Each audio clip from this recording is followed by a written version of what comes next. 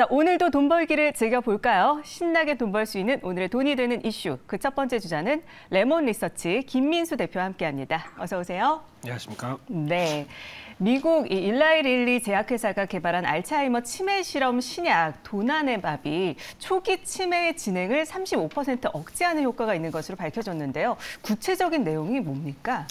네, 요즘에 가장 뜨고 있는 미국의 제약회사 하면은 일라이 릴리죠. 네. 그래서 오늘 나왔던 얘기는 일단 치매 치료제 관련된 알츠하이머 관련된 쪽으로 바라보고 있는데 일라이 릴리가 한 10년 동안 주가가 얼마 올랐는지 아십니까? 얼마나 올랐나요? 한 10배 올랐습니다. 와. 네, 그렇습니다. 네, 부럽네요. 네. 네, 주주이고 싶네요. 네. 그렇습니다. 주주분들 참 행복하게. 네.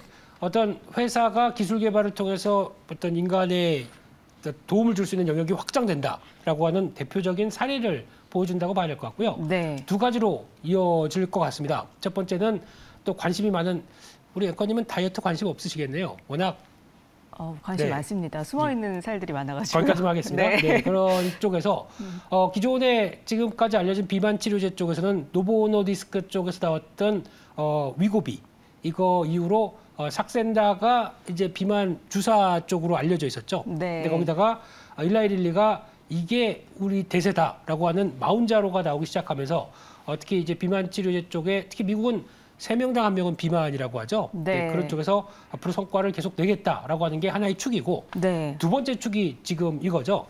이어가고 있는 도나네맙 이쪽이 성과가 나왔다. 특히 아직까지는 치매 치료제 쪽에서 치매를 치료는 힘들다고 합니다. 근데 치매가 진행되는 거를 억제하는데 이 정도의 성과를 보였다라고 하게 되면 상당한 개선 속도다라는 쪽에서 시장에 반응이 나오고 있다고 봐야 될 것 같습니다. 네, 이 국내 치매 관련주가 오늘 동반 강세를 보이고 있는 모습인데 릴리 네. 관련주가 있을까요? 예전부터 나왔던 얘기지만은 솔직히 이쪽과 관련돼서 일라이 릴리 관련주다 아니면은 또 그에 관련된 치매 치료제 관련주 쪽으로 엮이는 거는 네. 그냥 일회성에 좀 더 그쳤습니다. 그만큼 이쪽에 뭐 원료 물질을 공급한다든가 이런 쪽은 아직은 찾아볼 수가 없는데 그럼에도 불구하고 오늘 강한 종목들을 보게 되면 그래도 진단을 해야 확인받고 거기다 치료를 할 거 아니냐라는 쪽에서 어떤 진단 기기 관련된 쪽이 좀 더 강하죠. 대표적으로 피플바이오가 그쪽이고요. 체외 진단용 의료기기 쪽에서 치매 진단을 할 수 있다는 쪽이 부각받으면서 계속 관련주로 엮이기 시작했었고 또 하나 상한가 들어간 종목이네요. 메디프론입니다. 네. 이 회사는 이 치매 뇌질환 치료제 쪽에서 좀 더 진심이다라고 보여지는데 치매에 관련된 치료제나 그리고 또 조기 진단 키트 쪽에서 성과를 내겠다라고 하는 입장이 뚜렷하다 보니까 네. 거기서 부각을 받았던 측면들이 높고요. 그밖에 퓨처캠이라는 회사도 있습니다. 이쪽은 치매 진단용 방사선 의약품 쪽에서 성과를 내고 있다라는 쪽도 부각을 받고 있다고 봐야 될 것 같습니다. 네, 그렇군요. 이렇게 치매 관련주 탑픽들을 좀 알려주셨는데 네. 이게 반짝 모멘텀으로 끝낼까요? 어떻게 보십니까? 일단 지금까지 기조를 보게 되면 반짝이었습니다. 네. 네, 그래서 지금 앞으로도 해야 될 일이 많다라는 쪽에서 먼저 계속 부각받는 쪽은 이런 진단 키트 진단 기기 관련된 쪽에서 성과를 많이 봤었고 핵심은 그거겠죠. 이제 인간이 정복할 수 있느냐 없느냐를 따질 때 가장 먼저 나오는 게 항암 쪽이고 네. 그다음에 이제 퇴행성 뇌질환 관련된 이 치매 쪽인데 이거를 치료를 해서 예전 수준까지 갈 수 있겠느냐라고 해서는 상당히 노화와 관련된 부분이기 때문에 네. 연구 개발이 활발히 이어지고 있는데 아직까지는 속도가 나는 쪽은 진행을 억제시키는 쪽이 가장 우선이다라고 봤었을 때는 네. 아직까지는 치료와 관련된 부분들은 조금 더 속도가 나야 되지 않을까 이렇게 바라보고 있습니다. 네, 그렇군요. 진단 기기에 대해서도 다루는 회사들 많이 짚어주셨는데 네. 더 눈여겨볼 회사들이 있을까요?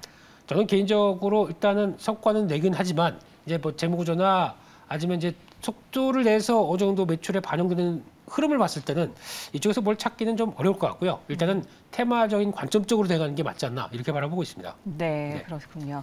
네, 대웅제약 얘기를 좀 해볼까 하는데요. 이 대웅제약이 올해 1분기 310억 원의 영업이익으로 분기 사상 최대 실적을 달성을 했습니다. 대웅제약 실적을 좀 분석을 해볼까요? 네, 매출도 2,900억이면 한 7% 이상 늘었고요. 네. 영업이익 310억, 한 15% 이상 늘었다라는 쪽에서 기대감이 높은데 자세히 따지게 되면 요거 다 잘했다 이렇게 보는데 그중에서 이제 나보타죠. 지금 부동에 그래도 대웅제약을 끌고 가는 실적의 중요한 보톨리늄 톡신 이쪽인데 네. 그쪽에 매출이 한 40% 늘었다고 밝히면서 이쪽이 우리 앞으로의 강하게 이끌어갈 동력이다라고 보여주고 있는 쪽이고요. 그러다 보니까 또 자금 투입해서 3공장까지 증설하겠다라는 입장으로 뚜렷이 보여지고 있는 상황들이고요. 네. 그밖에 나왔던 위 식도 역류질환 관련된 신약이죠. 이쪽에 팩스쿨루가 또 성과를 한 20% 냈고요. 그밖에 이상 지질혈증 치료제 어렵습니다. 이쪽 이름이 리토바쳇. 이름이 너무 발음하기 어려워요.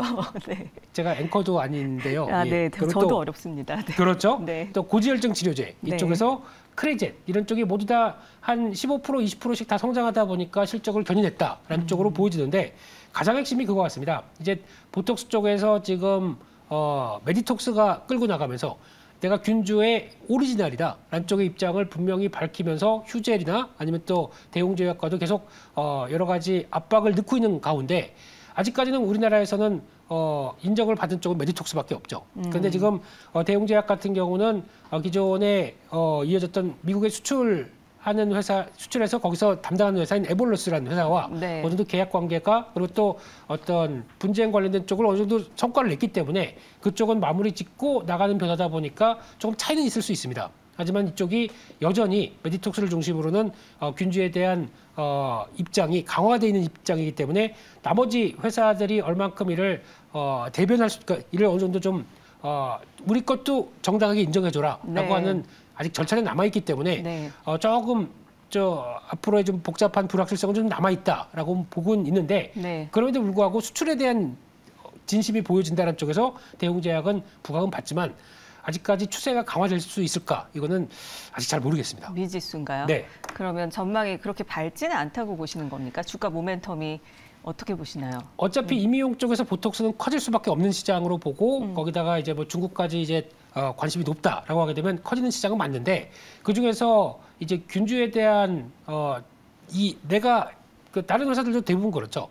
뭐 어디 뭐 축사해서 얻었다. 이래서 균주를 얻었다라고 변명은 하는 것 같지만 아직까지는 법적인 보호 쪽은 메디톡스가 강하기 때문에 만약에 접근을 한다라고 하게 되면 메디톡스 중심으로 보시는 게 더 맞지 않나라고 생각이 들고 있습니다. 네, 알겠습니다.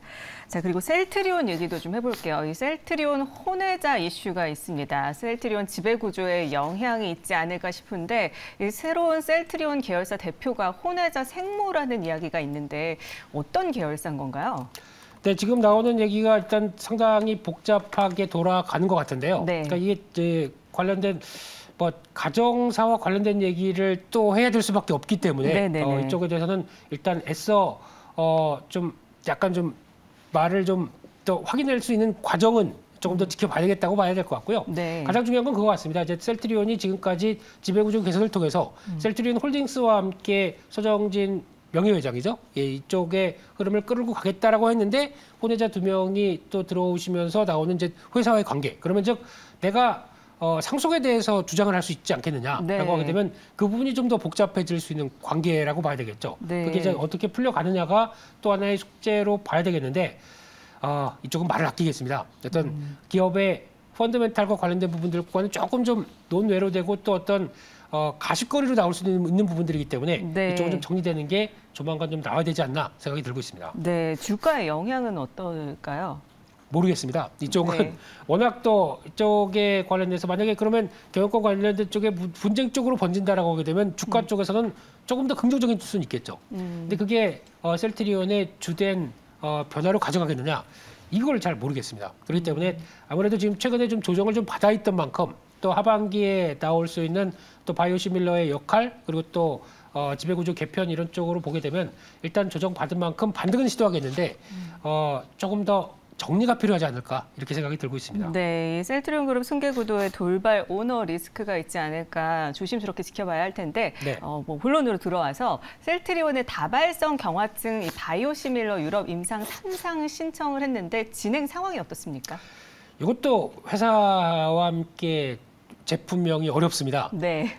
오크레부스라고 하는데요. 네. 이쪽에 이걸 또 바이오시밀러로 들어온 게 CTP53. 저 잘하고 있는 거 맞죠? 네, 이런 쪽에서 네. 이제 글로벌 제약사 로슈가 개발했던 자가 면역 질환 치료제죠. 네. 이쪽을 이제 복제를 바이오시밀러를 하기 시작하면서 이쪽에 유럽에서 임상 3상을 신청했다라고 하는 분위기가 나오기 시작하고 있고 거기다가 치료제 매출이 약 한 연간 9조 원 된다고 합니다. 네. 그렇게 썼을 때 나올 수 있는 변화는 기대감이 높겠죠. 네. 그래서 이 부분이 성과를 또 내서 이제 우리가 취급하겠다라고 하게 되면 실적과 관련된 부분들은 좀 더 눈길이 가지 않을까라고 바라보는 게 지금 현실이라고 봐야 될 것 같습니다. 네, 역시 이름이 어렵네요. 오크레부스. 네. 네, 오크레부스. 이 셀트리온 오너 리스크와 유럽 바이오시밀러 임상 어떤 게 주가에 더 강력하게 작용을 할까요? 당연히 기업은 이제 기업의 성과와 관련된 쪽이다 보니까 오너 리스크 관련된 쪽은 빼고 그쪽은 뭐 어떤 진행 상황들 더 봐야 될 것 같고 네. 그쪽에서 지금 이어지는 바이오시밀러의 두 가지 축들 이런 쪽이 얼마큼 성과를 보여주느냐 이런 쪽에서 특히 유럽과 미국 쪽에서의 변화 계속 체크하는 게 중요할 것 같습니다. 네, 그렇군요. 자, 그리고 이 미국 암 종양학회 5월 25일에 앱스트랙 공개 주목 기업이 있을까요?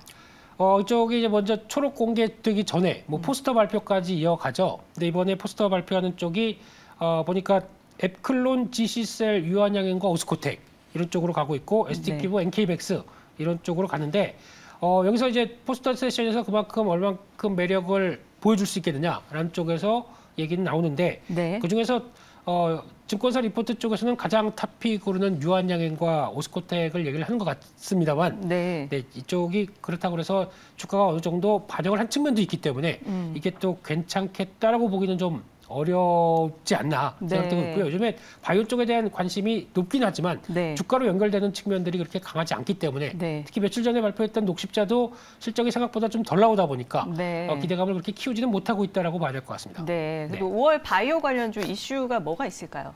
특별히 앞서 말씀하셨던 뭐 에스코 같은 경우가 좀 눈에 띄는데 나머지 그러니까 예전부터 그랬거든요. 어떤 일정이 있다고 해서 주가가 움직이는 폭이 반영하는 게 과거 2015년대보다 많이 떨어진 게 현실이라고 네. 봐야 될 것 같고요. 네. 만약에 굳이 찾으라라고 하게 되면 종목과 관련돼서 눈여겨볼 수 있는 게 바이오니아가 아닌가 싶습니다. 네. 최근 들어서 가장 강하게 상승을 하면서 지금 최근에 나오고 있는 기능성 화장품 탈모 관련된 쪽에서 자사모를 오픈을 하면서 특히 영국 쪽 그리고 유럽 쪽의 공략이 시작이 됐다라는 네. 쪽에서 이게 성과가 나오기 시작하게 되면 앞으로 기업 가치를 이끌 또 하나의 변수다라는 쪽에서 주목을 하고 있고요. 네. 그러다 보니까 최근에 많이 올랐죠. 그래서 어느 정도 조정권이 들어온다라고 하게 되면 판매 실적과 관련돼서 연결하는 쪽은 이쪽이 맞지 않겠느냐라는 쪽도 한번 보시면서 지금 바이오 쪽에서 개별적인 이슈로 움직이는 이런 종목들을 더 체크하는 게 네. 맞다고 보고 이슈가 아니라 종목이다 이렇게 네. 봐야 될 것 같습니다. 그렇다면 이 바이오주 탑픽을 좀 알려주시고 가격 전략까지 한번 세워볼까요?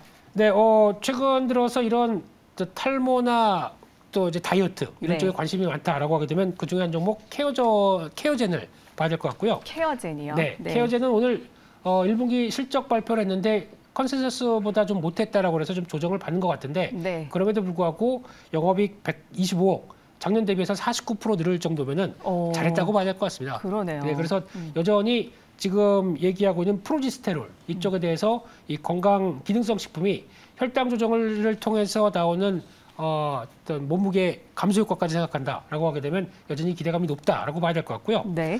그래서 지금 주가는 거의 20만 원대 초반에서 횡보를 하고 있는데 성과는 계속 요즘에 공급 계약들 펼쳐지는 거 봐서는 성과 나온다라는 쪽에서 무게를 두면서 목표가는 한 직전 고점 넘어선 27만 원대 바라보고 네. 있고요. 손절가는 19만 원대로 말씀드리겠습니다. 네, 목표가 27만 원, 손절가 19만 원 목표 전략 세워보고요. 그리고 또 추천해 주실 게 있나요? 다인데요. 아, 네, 네. 그렇군요. 네. 네, 그럼 여기까지 듣도록 하겠습니다. 지금까지 돈이 되는 이슈요. 레모닌 리서치 김민수 대표와 함께 자세히 살펴봤습니다. 오늘 말씀 고맙습니다. 감사합니다.